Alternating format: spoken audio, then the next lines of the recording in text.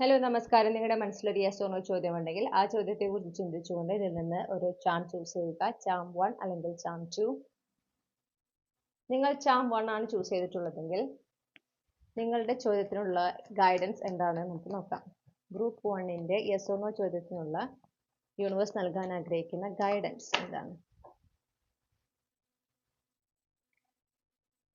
Okay, firm boundaries എന്നാണ് കിട്ടിയിട്ടുള്ളത്.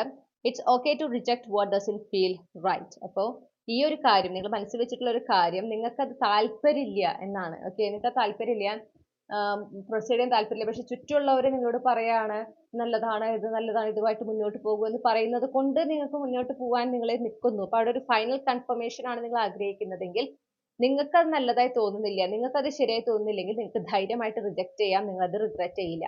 Okay, ഇനി അതിന്റെ വേറൊരു വശം നോക്കുകയാണ്, നിങ്ങൾക്ക് ഏതെങ്കിലും ഒരു കാര്യം നിങ്ങൾക്കത് ശരിയാണെന്ന് പൂർണ്ണ ബോധ്യമുണ്ട്, നിങ്ങൾക്കറിയാം ഇത് എന്താ പറയാ, നിങ്ങൾ ആ പെർട്ടിക്കുലർ കാര്യം എന്ത് തന്നെയാണെങ്കിലും അത് നിങ്ങൾക്ക് നല്ലതാണ്, അല്ലെങ്കിൽ ആ ഒരു വഴിയിലൂടെ പോയാൽ നിങ്ങൾക്കത് ലക്ഷ്യം കാണും എന്ന് നിങ്ങൾക്ക് പൂർണ്ണ ബോധ്യമുണ്ട്. പക്ഷെ ചുറ്റുമുള്ളവരെ അങ്ങനെയല്ല, അത് ശരിയാവില്ല എന്നിങ്ങനെ കോൺസ്റ്റന്റ്ലി പറയുന്നുണ്ടെങ്കിൽ അവിടെ നിങ്ങൾക്ക് ഒരു കൺഫ്യൂഷൻ വരുന്നുണ്ടെങ്കിൽ മനസ്സിലാക്കാം, നിങ്ങളുടെ മനസ്സിൽ നിങ്ങളുടെ ഇന്നർ ഗൈഡൻസ് പറയുന്നതാണ് നിങ്ങൾ ഫോക്കസ് ചെയ്യേണ്ടത്.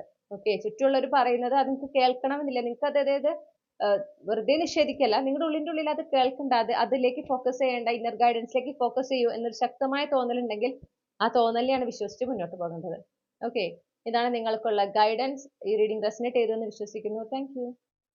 ഹലോ ഗ്രൂപ്പ് 2, നിങ്ങൾ രണ്ടാമത്തെ ചാമാണ് ചൂസ് ചെയ്തിട്ടുള്ളതെങ്കിൽ നിങ്ങളുടെ മനസ്സിലുള്ള യെസ് ഓർ നോ ചോദ്യത്തിന് യൂണിവേഴ്സ് നൽകാൻ ആഗ്രഹിക്കുന്ന ഗൈഡൻസ് എന്താണ് നമുക്ക് നോക്കാം. ഓക്കെ, മേ ബി കാർഡാണ് വന്നിട്ടുള്ളത്. Follow the rules or seek guidance first. അപ്പോൾ ഈ ഒരു കാര്യത്തിന് എന്തെങ്കിലും നിയമങ്ങളൊക്കെ ഉണ്ട്, അത് ഫുൾഫിൽ ചെയ്യുന്നതിനോ അല്ലെങ്കിൽ അതിലേക്ക് എത്തിച്ചേരുന്നതിനോ എന്തെങ്കിലും ഒരു റൂൾസ് ആൻഡ് റെഗുലേഷൻസ് ഉണ്ടെങ്കിൽ അത് കൃത്യമായി ഫോളോ ചെയ്യാൻ പറയുന്നു. അല്ലെങ്കിൽ നിങ്ങളോട് പറയുന്നത് എന്ന് വെച്ചാൽ ചിലപ്പോൾ ഈ ഒരു കാര്യത്തിൽ ഇത് നിങ്ങൾക്ക് നല്ലതാണോ അല്ലയോ, അല്ലെങ്കിൽ ഇതൊരു യെസ് ഓർ നോ എന്നൊരു ക്ലാരിറ്റി നിങ്ങളിലേക്ക് എത്തണമെങ്കിൽ ഒന്നില്ലെങ്കിൽ കൃത്യമായി അതിന്റെ റൂൾസ് റെഗുലേഷൻസ് ഫോളോ ചെയ്യുമ്പോൾ തന്നെ നിങ്ങൾക്ക് ആ ക്ലാരിറ്റി കിട്ടുന്നതാണ്.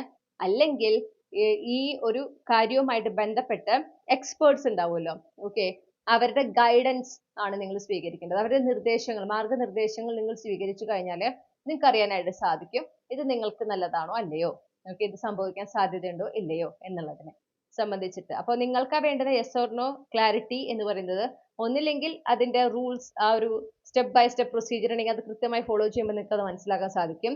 അല്ലെങ്കിൽ ഈ പറഞ്ഞ പോലെ എക്സ്പേർട്സിന്റെ ഗൈഡൻസ് എടുത്താൽ നിങ്ങൾക്ക് അത് മനസ്സിലാക്കാനായിട്ട് സാധിക്കും.